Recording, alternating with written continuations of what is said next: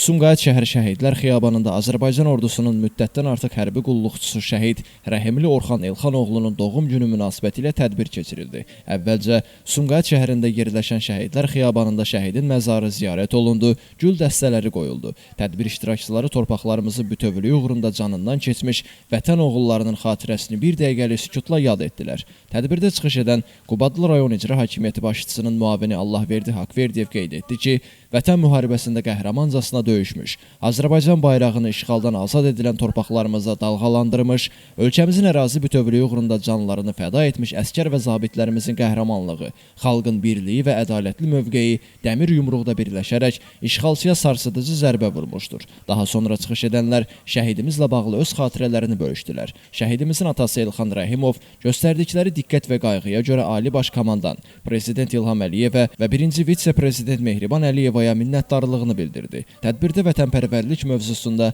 və şəhidlərimizin ruhuna həsr olunmuş şeirlər səsləndirildi, mahnılar ifa olundu. Qubadlı rayonunun Qiyaslı kəndində anadan olan Rəhimli Orxan Elxanoğlu 1992-ci il 20 iyun tarixində Sumqayıt şəhərində anadan olmuşdur. 2014-cü ildən en sayılı hərbi hissədə müddətdən artıq həqiqi hərbi xidmət vəzifəsində çalışmışdı. Aprel döyüşlərində iştirak etmişdi. İkinci Qarabağ müharibəsində Füzuli, Cəbrayıl, Hadrut, Zəngilan, Qubadlı, Kəlbəcər və Laçının azad olunmasında iştirak etmişdir. Azərbaycan Respublikası Prezidentinin müvafiq sərəncamı ilə göstərdiyi şücaətə görə Laçın və Füzuli rayonlarının azad olunmasına görə medalları ilə təltif olunmuşdur. 28 iyun 2021-ci il tarixində Laçın rayon ərazisində xidməti vəzifəsini yerinə yetirərkən KAMAZ markalı hərbi yük avtomobilinin qəzaya uğraması nəticəsində Azərbaycan ordusunun müddətdən artıq həqiqi hərbi xidmət hərbi qulluqçusu Rəhimli Orxan Elxanoğlu, həmçinin Zeynalov Coşqun Çingizoğlu şəhid olmuşdur. Sumqayıt şəhər Şəhidlər Xiyabanında dəfn olunmuşlar. Ailəli idi, Hüseyn və Pəri adında 2 övladı var.